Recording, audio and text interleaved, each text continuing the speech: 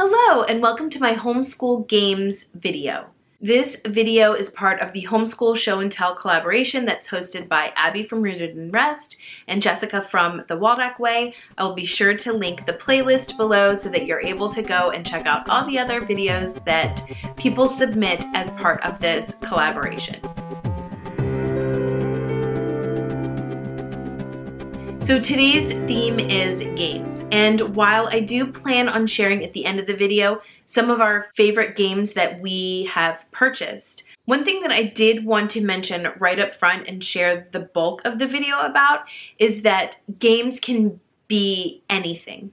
I think sometimes we get caught up in the purchasing of games instead of thinking about how we can let our kids be bored and then just come up with games on their own. And so I wanted to share a few games that we've just made up together as a family that maybe will inspire you to come up with your own spin on them. So the first one that I have is geography. So this is just a cheesy little ball that we got at the Dollar Tree. You can use a map, you could use, on your phone, Google Earth, anything really, but we use this ball. The idea is that you choose a country to say. And so let's say that I would say Brazil. And then whoever catches it next would have to find a country that starts with the last letter of the country that was first said. And so with Brazil, that letter would be L. And so then you would have to find one. And so we could say Liberia. And then the next person catching it would have to choose A, since Liberia ends with an A. And it just goes on and on and on like that. Some other games that we play are Lego games, where the kids will use Legos to build a chess game. Or they have games where you have the bottom part of the minifigures and the top part kind of moves through, and you've already chosen one of them as the mysterious figure and you have to figure it out by the clues. There's so many different games that we have built around things that we already have in the house. We have a lot of what I would call language arts / grammar games. So the first one is, before my kids go to bed at night, one of the things that I noticed was our bedtime routine was kind of taking a long time, and so I wanted to do something where it was like, okay, this is the last thing that we are going to do. So one night I just decided that I was going to create a syllable game. So in this syllable game, I tell one of my kids the first part of the word and I tell my other child the second part of the word. And then in the morning, they have to remember the word and find each other and figure out what the word is. And it just ended up just being this nice thing that they would look forward to and know that that's the last thing for the night. And how are they going to try to remember it as they are falling asleep?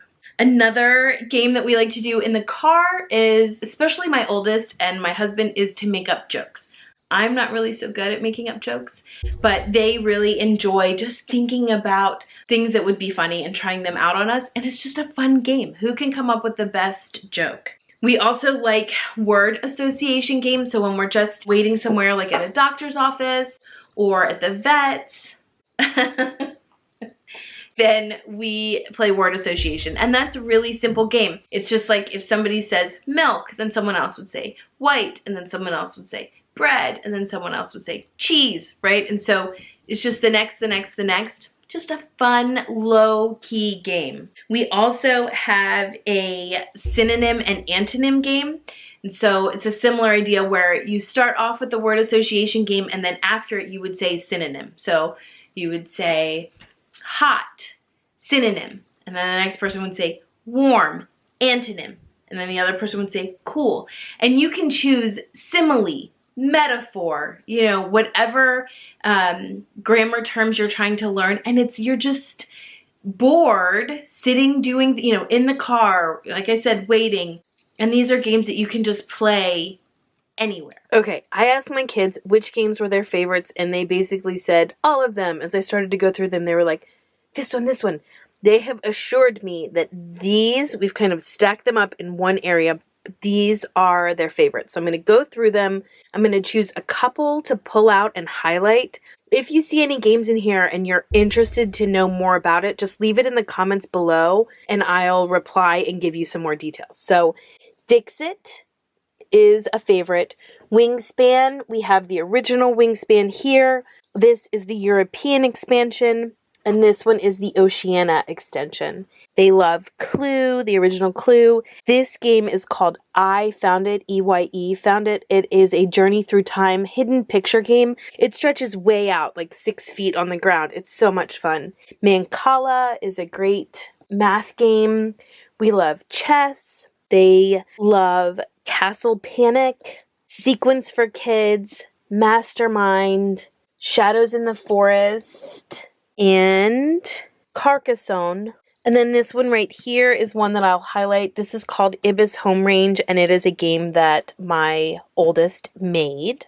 So here are a couple more. These are not, they didn't make the favorites list, but we do love them. So we have Circuit Maze, we have the Professor Noggin's card games, Snakes and Ladders, which is Chutes and Ladders original, Battleship, Scrabble, and Square Up, which is a sliding puzzle game. Then we have Simon, Twister, Uncle Wiggily reading game, Trouble, Sleeping Queens, Cat Crimes, Old Maid, and behind Sleeping Queens, we have Moose in the House.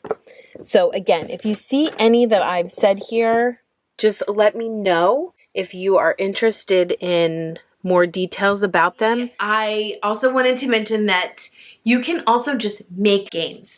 You can get the game board and all the pieces and card packs that you can do, and we have made a couple different games. My daughter has made an owl journey game. My oldest built this Ibis Home Range.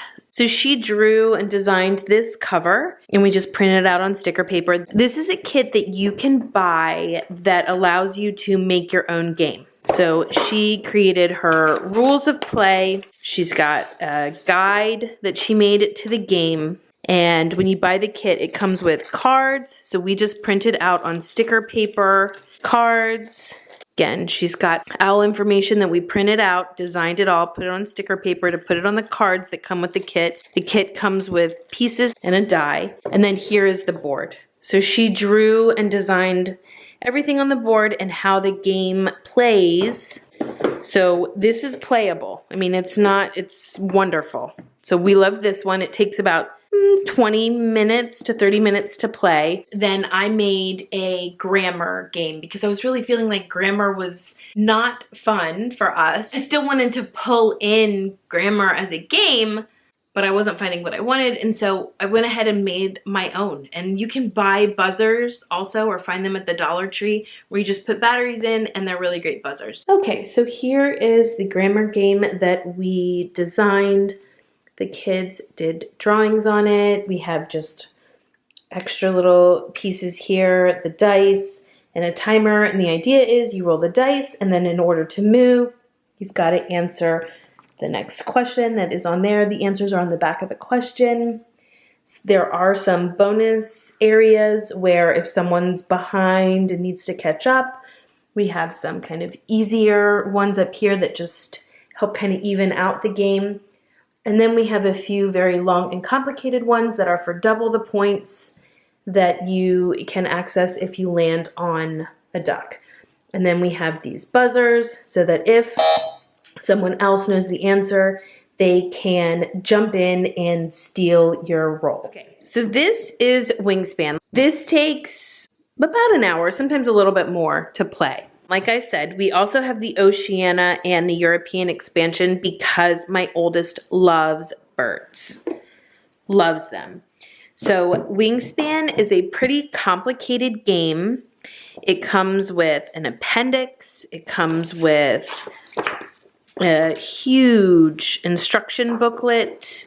It comes with, that's the expansion booklet. This is an expansion.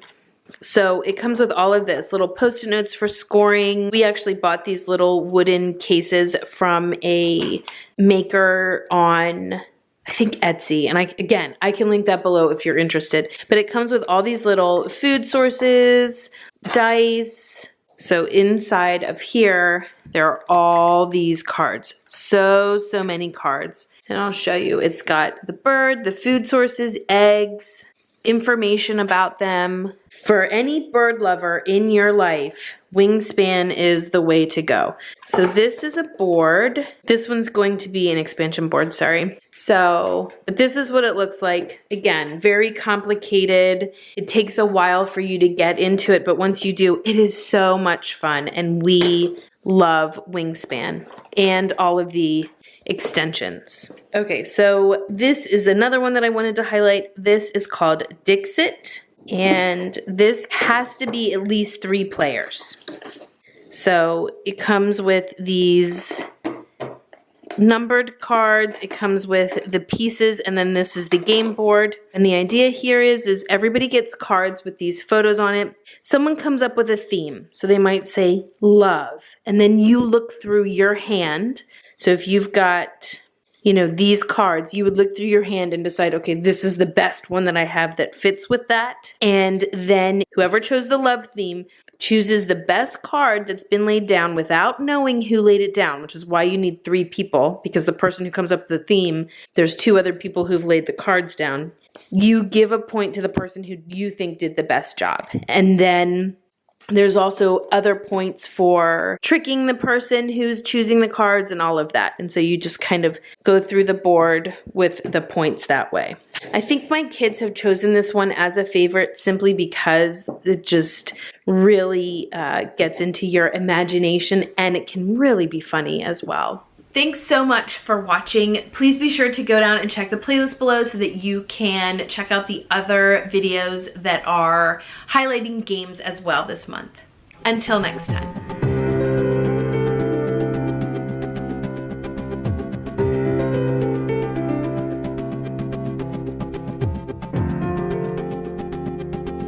The idea is that you would